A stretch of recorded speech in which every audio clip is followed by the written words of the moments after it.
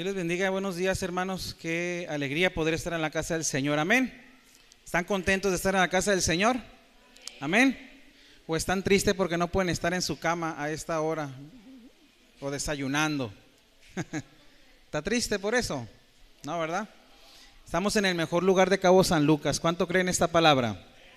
Y está usted en el mejor lugar de Cabo San Lucas por dos razones. Dios está aquí, amén. Y en segundo lugar, usted está aquí. Usted no está en otro lugar y damos gracias a Dios porque Dios ha sido bueno, ha sido maravilloso y hemos podido vencer cualquier adversidad que esta mañana tuvo usted que vencer. Yo no sé qué tuvo que vencer esta mañana. Tal vez fue el cansancio, tal vez fue la flojera, tal vez fue, no sé. Hay cosas que cuando uno sale a la carrera las cosas se complican, cuando uno sale con hijos, en fin, ¿verdad? Pero damos gracias a Dios que puede estar aquí en la casa del Señor, adorando y exaltando al Rey de Reyes y al Señor de Señores, amén. En esta mañana vamos a compartir la palabra del Señor y vamos a estar atentos a la palabra. Vamos a disponer, ¿verdad?, todos nuestros sentidos para adorar al Señor, exaltarle, ¿verdad? El día de hoy es un servicio especial, ya que tendremos y celebraremos Santa Cena.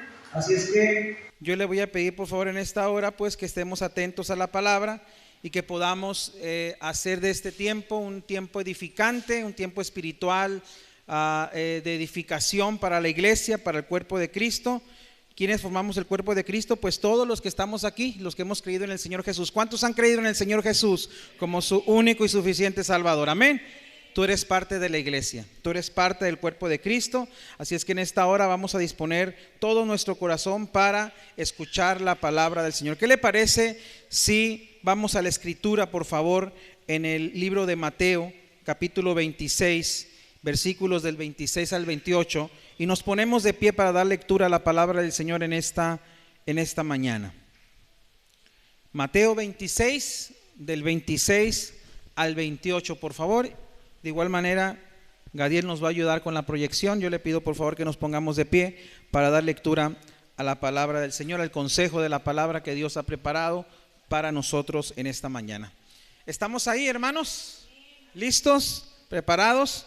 Muy bien, vamos a dar lectura a la palabra del Señor que dice de la siguiente manera, Mateo 26, del 26 al 28. Y mientras comían, tomó Jesús el pan y bendijo y lo partió. Y dio a sus discípulos y dijo: tomad, comed, esto es mi cuerpo. Y tomando la copa y habiendo dado gracias a Dios, les dio diciendo: bebed de ella todos, porque esto es mi sangre del nuevo pacto, que por muchos es derramada para remisión de los pecados. Oremos al Señor. Padre, te damos gracias en esta hora por la oportunidad que nos das de estar en tu casa. Gracias porque hemos podido salir de nuestros hogares y llegar hasta este lugar, casa de oración, iglesia, palabra y vida, Señor, para reunirnos, para adorarte y para exaltarte, Señor. En esta hora, Señor, ponemos en tus manos este tiempo de la palabra, este tiempo de reflexión, este tiempo, Señor, que nos preparamos para tomar la cena, la santa cena, Señor. Y en esta hora, Padre, yo te pido que sea tu Espíritu Santo llenando este lugar. Hemos preparado nuestros corazones, este lugar se ha dispuesto para tomar la cena del Señor, amado Dios, y te pedimos en el nombre de Jesús, Señor, que tú seas trabajando con nuestros corazones y haciendo, Señor, que esta ordenanza que hoy vamos a celebrar, como lo es la Santa Cena, Señor, adquiere un sentido espiritual tan profundo que nuestras vidas sean ministradas por tu mismo Espíritu Santo, haciendo la obra, Señor, de restauración, la obra de sanidad, la obra de estar junto a ti, Señor, en comunión contigo. Te lo pedimos en el nombre de Jesús. Muchas gracias te damos, Señor. Amén y amén. Puede tomar su asiento, hermano. Gracias por atender la instrucción de esta mañana. La Santa Cena, hermanos, es una ordenanza. Quiero en esta mañana compartir, explicar y reflexionar sobre qué es la Santa Cena, la cena del Señor, la comunión, y qué significado o importancia tiene para nosotros como cristianos. La cena del Señor, hermanos, es una ordenanza. Otro nombre que se le da a la cena del Señor, además de ordenanza, es un sacramento, algo que es sagrado. Y de esta manera nosotros podemos estar perfectamente entendidos que la cena del Señor, hermanos, es algo que Jesús mismo instituyó, estableció, y algo que dejó muy claramente descrito en la palabra del Señor. Lo vemos en los evangelios. Y la cena del Señor no es otra cosa que la última cena que Jesús tuvo con sus discípulos. Jesús, antes de ser capturado y llevado el proceso hasta la muerte que él tuvo en una cruz, él tiene la oportunidad de pasar la última noche junto a los discípulos, y lo hace cenando. Y esa cena, la cena de ese día, también representaba, hermanos, la Pascua. Recordemos que en el tiempo que Jesús está a punto de ser llevado a la cruz, también en ese tiempo se estaba celebrando la Pascua. Por eso es importante, decía yo el día miércoles, conocer el Antiguo Testamento. Y para poder conocer acerca de la Pascua, qué representaba o en qué momento se hizo, cuándo fue la primera Pascua, pues tenemos que ir al Antiguo Testamento. Y en el Antiguo Testamento tenemos la primera Pascua. Y la primera Pascua es en el momento en que Dios está por mandar la última plaga a los egipcios. Y la última plaga, cuando está Moisés intercediendo por el pueblo para que el faraón libere a los israelitas, Dios va a mandar una última plaga. Y la última plaga era que todo primogénito, tanto de las personas como de los animales, habría de morir.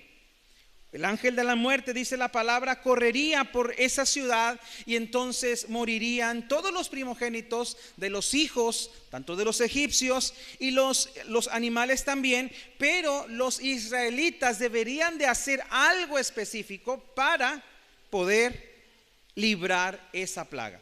Y la instrucción que Dios les da es que deberían de, si la familia era muy pobre, no tenía economía para comprar o para tener una oveja, un cordero, lo que debía de hacer la familia era juntarse con otra familia y de esa manera en conjunto, ¿verdad?, sacrificar a un cordero.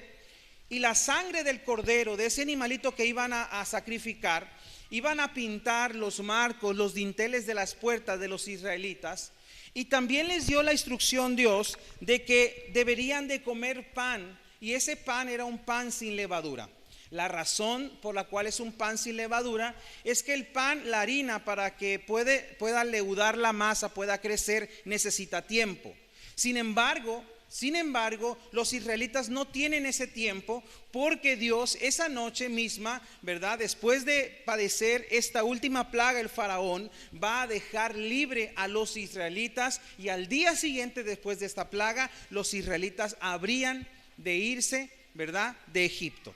Así es que Dios les da cierta instrucción, lo del cordero, para librar el ángel de la muerte en la familia de los israelitas. Dios les da la instrucción que hagan pan sin levadura, y Dios les da la instrucción que comieran hierbas amargas. Esa es básicamente la Pascua que celebraban, o la primera Pascua que celebraban los israelitas. Y de ahí, cada año los israelitas celebraban la Pascua. La Pascua era esta fiesta que recordaba cómo Dios los había sacado de Egipto y los había hecho libres. Así es que esta conmemoración que los israelitas celebraban cada año era la fiesta que estaba celebrándose también en el tiempo que Jesús está a punto de ser crucificado. ¿Van conmigo hasta aquí? ¿Estoy siendo claro? Sí. Entonces, en este tiempo, ¿verdad?, cuando Jesús ya sabe que el tiempo se está agotando, Él dice: yo quiero pasar una última noche con mis discípulos y quiero tomar la última cena. Así es que Jesús manda a uno de sus discípulos a que consiga un aposento alto, una terraza, en donde prepararan una mesa, donde prepararan todo lo necesario para la última cena. Y así lo hacen. Así lo hacen uno de sus discípulos, preparan y van y celebran la última cena, la cena del Señor. Y es donde encontramos el pasaje que leímos en esta mañana. Y quiero darle lectura nuevamente en este momento. Dice la palabra, Mateo 26, 26 al 28. Y mientras comían, celebrando la cena, Tomó Jesús el pan y bendijo, y lo partió y dio a sus discípulos y dijo: tomad, comed, esto es mi cuerpo. Y tomando la copa y habiendo dado gracias a Dios, les dio diciendo: bebed de ella a todos, porque esto es mi sangre del nuevo pacto, que por muchos es derramada para remisión de los pecados. La cena del Señor, hermanos, nos recuerda un nuevo pacto. Diga conmigo: nuevo pacto. Quiere decir que el pacto que estaba vigente había quedado invalidado y ahora había un nuevo pacto. Y ese nuevo pacto es un pacto que se hace. El pacto anterior era un pacto que Dios había hecho con Israel solamente. Dios no había hecho un pacto con las naciones, con los pueblos vecinos, con las naciones paganas. No, había hecho un pacto solamente ¿con quién? Con Israel. ¿Y dónde lo hace? En el tiempo cuando Moisés sale de Egipto junto con el pueblo, y ahí en el monte Sinaí, ahí se celebra el pacto donde Dios le dice: tú serás mi pueblo, yo seré tu Dios, tú deberás de obedecer mis mandamientos y yo te voy a bendecir. Así es que ese es el viejo pacto, el pacto anterior. Pero ahora Jesús nos está hablando de un nuevo pacto, y es aquí donde todos los que no somos judíos o israelitas entramos en la promesa del Señor. Es decir, todos aquellos que no son judíos son gentiles, y tú y yo somos gentiles en ese sentido porque no pertenecemos a la nación de Israel. No corre por nosotros esa sangre, no pertenecemos a ese linaje, pero maravilloso es el Señor que Dios nos ha permitido entrar en ese nuevo pacto que está disponible para todos aquellos que desean recibir al Señor Jesús en sus corazones. ¿Cuántos aquí ya han recibido al Señor Jesús en sus corazones? Amén. Si tú has recibido al Señor en tu corazón, dale un fuerte aplauso al Señor, porque Él ha sido bueno para con nosotros y le ha placido abrirnos el entendimiento para que Dios nos haga entender que ahora somos parte de su pueblo. Tomó Jesús el pan y bendijo y lo partió. Muestra que la muerte de Cristo, lo que Jesús pasa en la cruz del Calvario, es un momento de mucho sufrimiento. Es un momento de quebranto. Es un momento de sufrimiento. Cada vez que los discípulos tomaban el pan, lo tomaban en su boca y lo masticaban, lo trituraban, es una representación simbólica del sufrimiento que Jesús tuvo en la cruz del Calvario. Dice el libro de Isaías 53:10. Quiero que lo leamos, por favor. Isaías 53:10. Lo leo en la Nueva Traducción Viviente. Isaías 53:10. La escritura dice de la siguiente manera: formaba parte del buen plan del Señor aplastarlo y causarle dolor. Sin embargo, cuando su vida sea entregada en ofrenda por el pecado, tendrá muchos descendientes, disfrutará de una larga vida, y en sus manos el buen plan del Señor prosperará. Dios el Padre quiso quebrantar a Jesús a través de su sufrimiento, a través de su quebranto, un quebranto que le correspondía a cada uno de nosotros. Tú y yo deberíamos de haber pagado nuestros pecados en una cruz. Ese era el resultado de nuestra desobediencia y de nuestro pecado.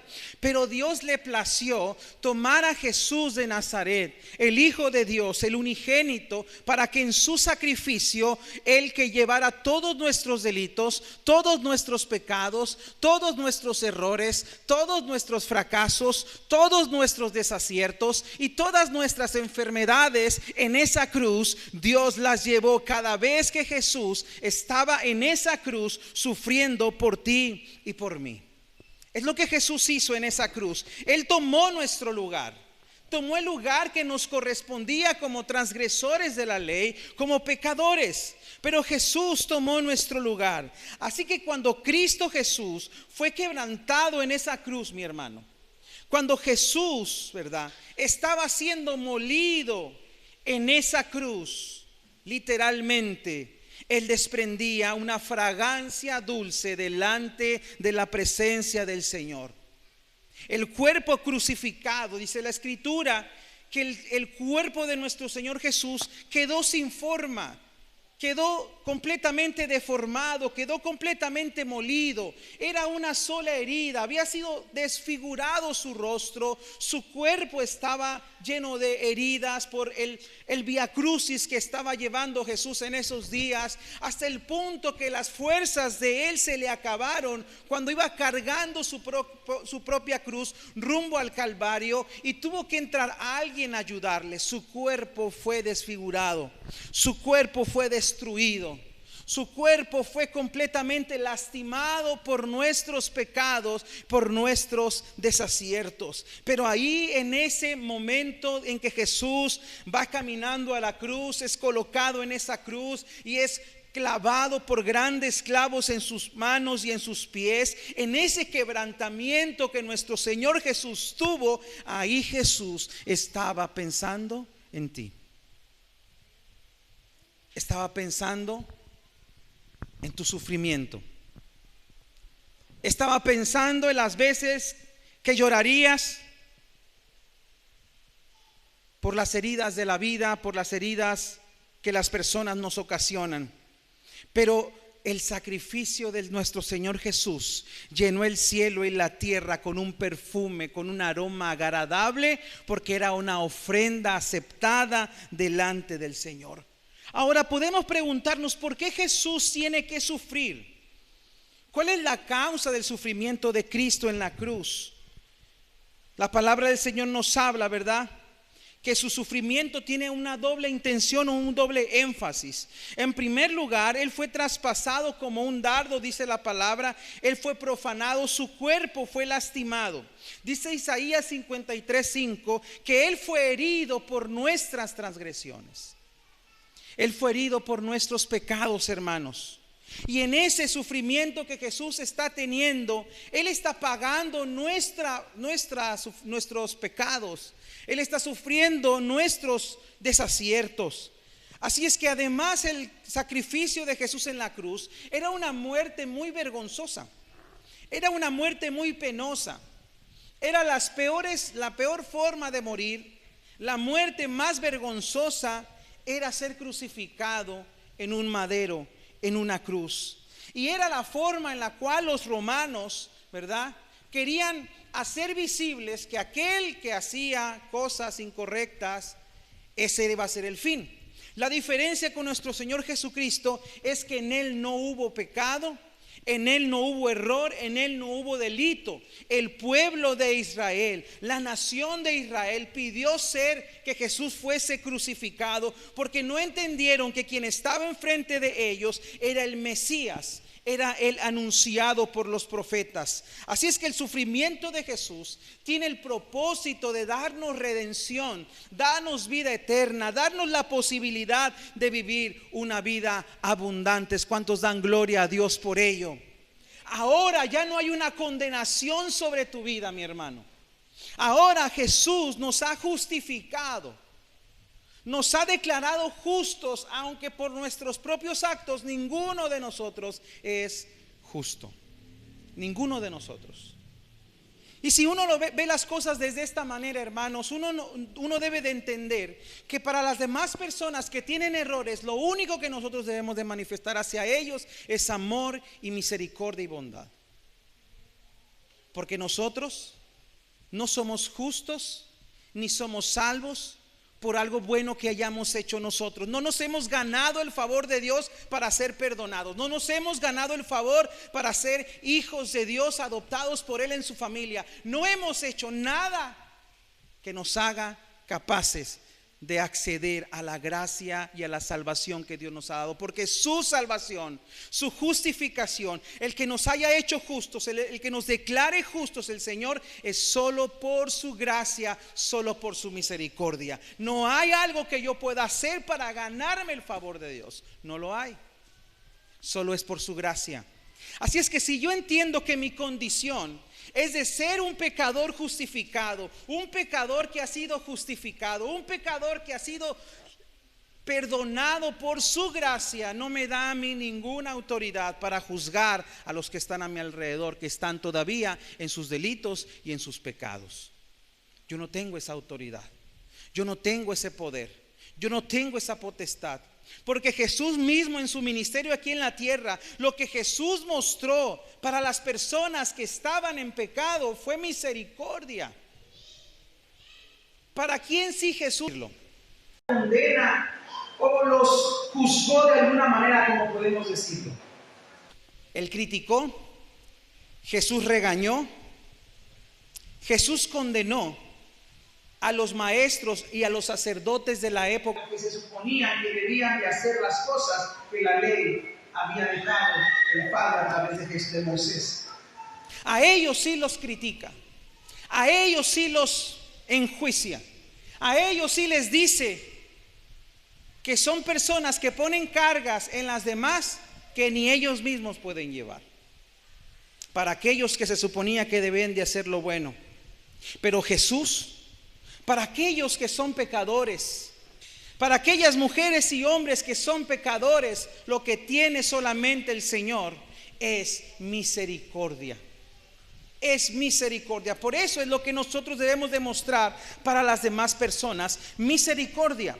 Así es que el sacrificio de Jesús, mi hermano, nos da la posibilidad de acceder a la salvación de Dios. ¿Cuántos de aquí son salvos por gracia? Amén. Somos salvos por su gracia. Somos salvos por lo que Dios ha hecho en nosotros. Y si yo entiendo, mi hermano, si yo entiendo que la cena del Señor es una representación de el sufrimiento que Jesús llevó en la cruz del Calvario, la pregunta que nos queda es: ¿cómo debemos de prepararnos para tomar la cena del Señor?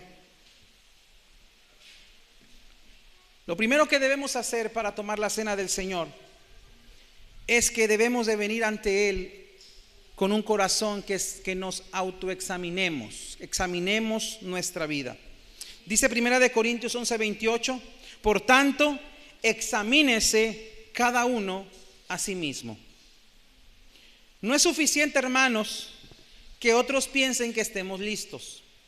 O es más, yo puedo decirle: usted está listo, hermano, para tomar la cena del Señor. Pero cada uno de nosotros en esta mañana, hermanos, debemos de autoexaminarnos. ¿Cómo está nuestra vida? ¿Cómo está nuestro corazón? La palabra griega para examinar es tomada de una metáfora tomada de los que son herreros, en donde los herreros prueban a los metales preciosos, es decir, comprueban que el metal sea un metal precioso. Y en ese probar, ¿verdad?, se daban cuenta si verdaderamente era genuino o era un metal falso.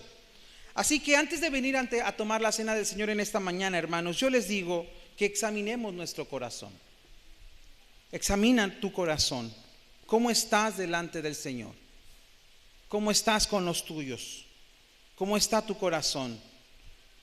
Y después de ese examen que hagamos nosotros en esta mañana, podamos decir: estoy listo para tomar la cena del Señor. Estoy listo para participar y ser invitado a la cena del Señor. Ahora, no debemos de lamentarnos y pedir perdón al Señor nuevamente por pecados que ya le hemos pedido perdón y Dios ya nos ha perdonado. Porque de repente muchos de nosotros estamos pidiéndole perdón a Dios cada día por lo mismo que ya pasó hace tiempo. Pero si tú te has arrepentido de tu corazón y has pedido perdón a Dios, Dios te ha perdonado. Dice la palabra del Señor que Él no se acuerda más de ese pecado. Lo echa al fondo de la mar. Lo echa al fondo de la mar. Pero nosotros debemos de recibir ese perdón, porque a veces no lo recibimos. A veces estamos ahí pidiendo perdón al Señor por lo mismo, pero Dios a veces nos dice: ya te perdoné por eso, ¿por qué me vuelves a pedir perdón por eso mismo? Hoy debemos examinar nuestro corazón. Y si estamos con algo pendiente, hoy es el momento para ponernos a cuentas con Dios, para participar de la cena del Señor, para estar a cuentas con Él.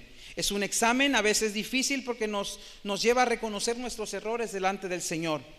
Pero Dios mira nuestro corazón en esta mañana. Amén. Y debemos de autoexaminarnos. Otra de las cosas con las cuales debemos de venir al Señor para tomar la cena de Él es que debemos de venir con corazones sinceros, con corazones sinceros, verdaderos, genuinos, ¿verdad? A veces nosotros tomamos las cosas muy a la ligera, pero lo que íbamos a hacer, hermanos, en esta mañana es de suma importancia y tiene un legado espiritual muy bueno para nosotros que debemos de tomarlo en esta mañana.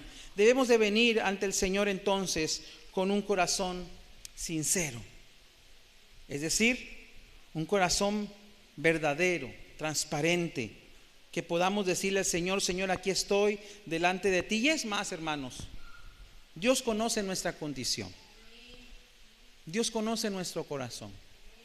Pero yo te quiero decir algo en esta mañana, que a la mesa del Señor son invitados todos aquellos que alguna vez han sufrido, todos aquellos que alguna vez han fracasado. En la mesa del Señor hay un lugar y un espacio para todos aquellos que hemos fallado. Hay un lugar para ti y hay un lugar para mí. No porque nos lo hayamos ganado ese lugar, sino porque por pura gracia somos invitados a la cena del Señor. Que en esta mañana nosotros podamos disfrutar la cena del Señor y podamos hacer de ella, ¿verdad?, un momento tan especial para recordar, para conmemorar, ¿verdad?, lo que Jesús mismo padeció por el sacrificio para que tú y yo pudiéramos tener salvación. Pero también debemos de venir, hermanos, en esta mañana delante de Dios para tomar la cena de Él con corazones deseosos, con corazones que anhelemos su presencia. Lucas 22:15 dice lo siguiente, Jesús hablando: intensamente he deseado comer esta Pascua. Jesús quería participar de esta cena. Yo creo que hemos venido delante del Señor, además de adorarle, además de exaltarle, además de escuchar el consejo de la palabra del Señor, hemos venido también intencionalmente a tomar la cena del Señor. Todos aquellos que se han arrepentido de sus pecados, todos aquellos que hoy vienen con corazones sinceros, con un corazón deseoso, todos aquellos que hoy nos podemos autoexaminar y decir: Señor, estoy a cuentas contigo, estoy bien contigo, pueden participar de la cena del Señor. Todos aquellos que crean en Jesús. ¿Cuántos de los que estamos aquí creen en el Señor Jesús y que ha perdonado nuestros pecados? Si tú crees, si tú te has arrepentido de tus pecados, si tú estás a cuentas con el Señor, tú eres un candidato y estás invitado a la cena del Señor. Estamos invitados todos a participar de la cena del Señor. Y en esta hora, hermanos, quiero que nos preparemos para participar de la cena del Señor. En esta mañana los niños no nos acompañarán, estarán en su clase todavía, como lo hemos hecho las otras ocasiones. Yo le voy a pedir, por favor, que nos pongamos de pie, hermanos, para orar y presentar nuestras vidas delante del Señor.